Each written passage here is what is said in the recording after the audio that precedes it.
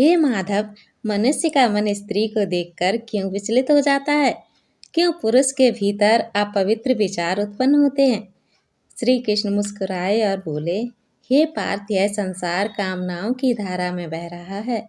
मनुष्य की इच्छाएं असीमित हैं। क्या आपने कभी सोचा है कि मनुष्य का मन स्त्री को देखकर तुरंत क्यों भटक जाता है?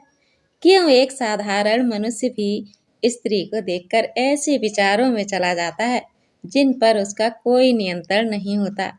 क्या यह सिर्फ पुरुषों की कमजोरी है या इसके पीछे कोई गहरा मनोवैज्ञानिक और आध्यात्मिक कारण छिपा है? क्या यह संभव है कि मनुष्य अपने विचारों पर पूर्ण नियंत्रण पा सके और अपने भीतर ऐसी स्थिति विकसित कर सके जहां उसकी बुद्धि पूर्ण रूप से स्थिर या निर्मल हो जाए? आज आप जो सुनने जा रहे हैं वह सिर्फ एक कथा नहीं, बल्कि एक ऐसा रहस्य है जिसे जानकर आपका संपूर्ण जीवन बदल सकता है। क्या कथाएं आपको बताएंगी कि कैसे एक साधारण मनुष्य भी अपने विचारों पर विजय पा सकता है और अनासक्ति योग के माध्यम से अपने भीतर स्थिरता और शांति प्राप्त कर सकता है। लेकिन सावधान रहें, यदि आप इसे अधूरा छोड़ देंगे तो शायद आपको कभी इस प्रश्न का उत्तर ना मिल सके और आप जीवन भर इस उलझन में फंसे रहेंगे।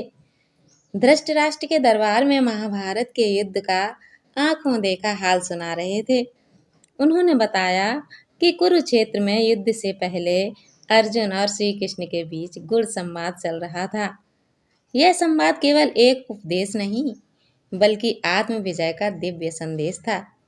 अर्जुन के भीतर उठ रहे असंख्य प्रश्नों का उत्तर देते हुए श्री कृष्ण ने उसे मन और इंद्रियों पर नियंत्रण रखने का मार्ग बताया। इसी संदर्भ में अर्जुन ने एक जिज्ञासा प्रकट की, हे माधव, मनुष्य का मन स्त्री को देखकर क्यों विचलित हो जाता है? क्यों पुरुष के भीतर अपवित्र विचार उत्पन्न होते हैं? श्री कृष्ण मुस्कुराए और बोले, पार्थ, यह संसार कामनाओं की धारा में बह रहा है।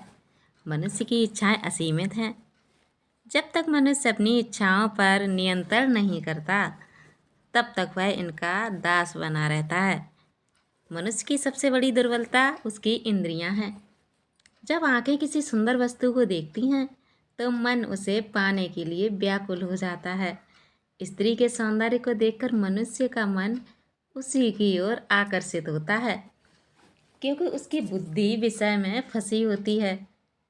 हे अर्जुन, एक कामना अनेक कामनाओं को जन्म देती है।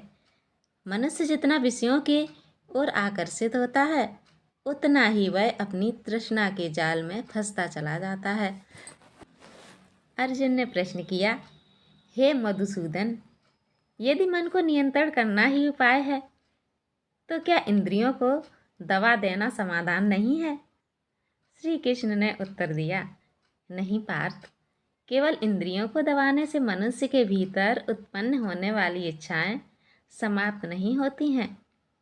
यदि कोई व्यक्ति जबरदस्ती अपनी आंखों को बंद कर ले, तो क्या उनके मन में विचार आना बंद हो जाएंगे? नहीं। यदि कोई व्यक्ति अंधा हो जाए, तो भी वह सुंदरता की कल्पना कर सकता है। इसीलिए समस्या इंद्रियों की नहीं, बल्कि मन की है। जब तक मन विषयों की आसक्ति से मुक्ति नहीं होगा, तब तक इंद्रियों का संयम व्यर्थ रहेगा। श्री कृष्ण ने एक और उदाहरण दिया, हे पार्थ, जैसे कोई व्यक्ति आंखें बंद कर भगवान का ध्यान लगाने का प्रदर्शन करता है, परंतु उसके मन में ईश्वर के स्थान पर किसी स्त्री की छवि घूम रही हो, तो उसकी साधना व्यर्थ है। बाहरी दिखावा करने से मन की इच्छाएं समाप्त नहीं होती। मनुष्य का मन स्त्री को देखकर गंदे विचार क्यों करता है? क्योंकि वह अपनी इच्छाओं पर नियंत्रण नहीं रखता। जिस वस्तु पर मन अधिक केंद्रित होता है, वही उसकी चेतना का हिस्सा बन जाती है।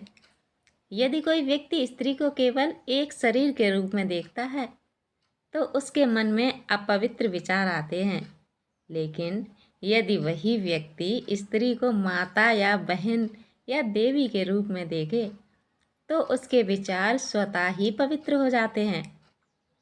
हे अर्जुन, मनुष्य का मन चंचल है, लेकिन इसे नियंत्रण में लाया जा सकता है। यदि मनुष्य अपने विचारों को शुद्ध कर ले तो उसकी दृष्टि भी शुद्ध हो जाएगी। हे पार्थ, अपने ज्ञान के द्वारा अपनी बुद्धि के स्थिर करो। जब बुद्धि स्थिर होगी तो मन भी स्थिर होगा। जब मन स्थिर हो जाएगा तो इंद्रियां विषयों की ओर आकर्षित नहीं होंगी। जिस प्रकार कछुआ खतरा भांपकर अपने अंगों को भीतर समेट लेता है, वैसे ही एक स्थित प्रज्ञ व्यक्ति विषयों के प्रलोभन से स्वयं को बचा लेता है।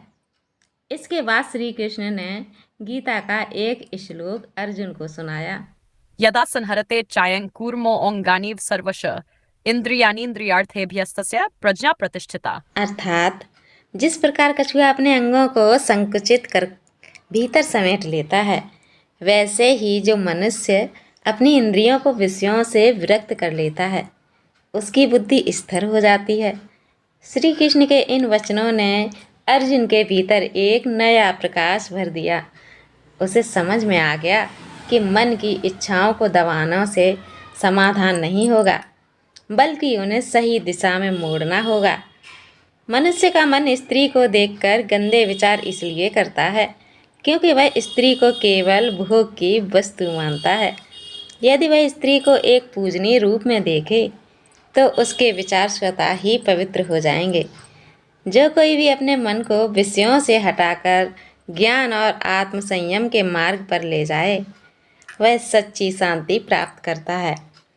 प्रिय दर्शकों, यदि आपको यह कथा ज्ञानवर्धक या प्रेरणादायक लगी हो तो हमारे चैनल को सब्सक्राइब करें, वीडियो को लाइक करें और अपने विचार कमेंट में साझा करें।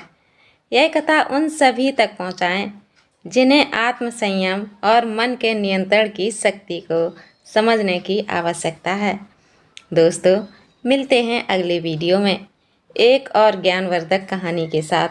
तब तक के लिए राधे राधे।